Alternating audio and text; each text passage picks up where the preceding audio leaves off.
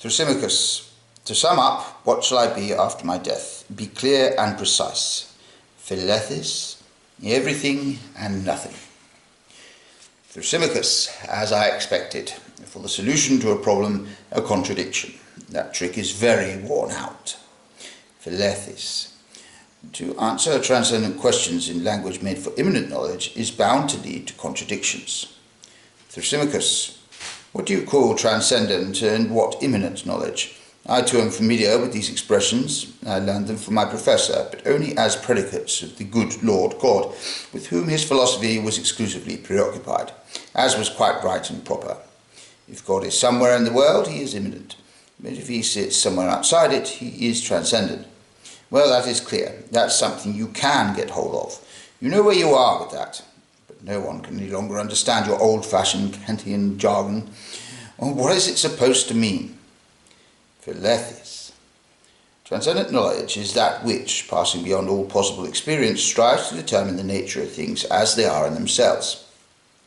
Immanent knowledge, on the other hand, is that which confines itself within the bounds of possible experience and can therefore speak only of phenomena.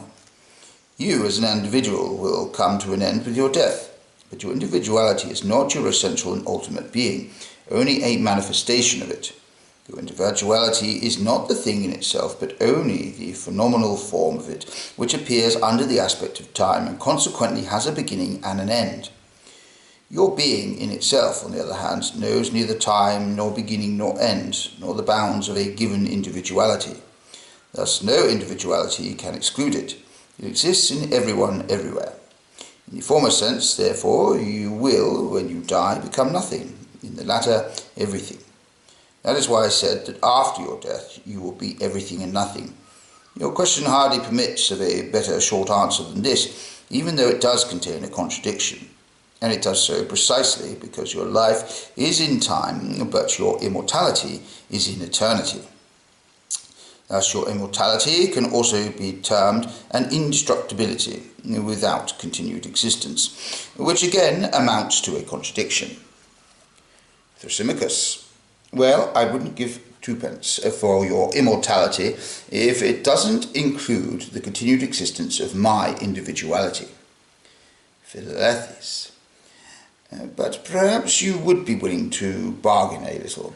Suppose I guarantee you the continued existence of your individuality, but on condition it is preceded by a completely unconscious death sleep of 3 months. Thrasymachus, I would agree to that.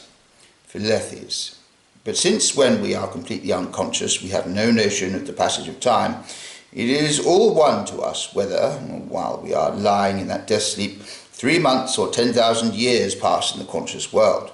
For in either case, when we awake, we have to take on trust how long we have been sleeping, so that it will be all the same to you whether your individuality is restored to you after 3 months or 10,000 years. Thrasymachus, that cannot very well be denied. Philethys, but now, if after these 10,000 years have passed, it was forgotten to wake you up, this would not, I think, be a very great misfortune, since your period of non-being would have been so long compared with your brief period of being, you would have got quite used to it. What is certain, however, is that you would not have the least idea you had failed to be woken up, and you would be completely content with the whole thing if you knew that the mysterious mechanism which moves your present phenomenal form had not ceased for one moment throughout those 10,000 years to produce and move other phenomena of the same sort. Thrasymachus, no, you can't cheat me out of my individuality in that way.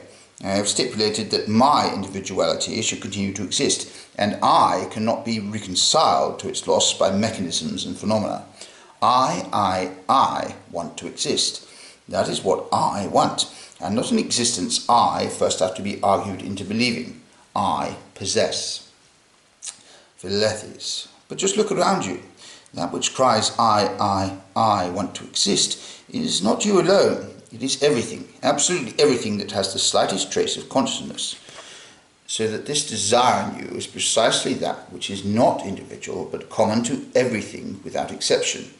It arises not from the individuality, but from existence as such. It is intrinsic to everything that exists, and indeed the reason why it exists, and it is consequently satisfied by existence as such.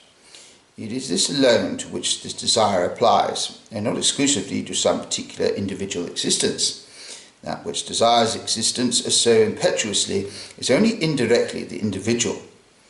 Directly and intrinsically it is will to live as such, which is one and the same in all things. Since, then, existence itself is the free work, indeed the mere reflection of the will cannot be deprived of it. The will is, however, temporarily satisfied by it, insofar, that is, as what is eternally unsatisfied can be satisfied at all. Individualities are a matter of indifference to the will. It is not concerned with them, although it seems to be so, because the individual has no direct knowledge of it except in himself.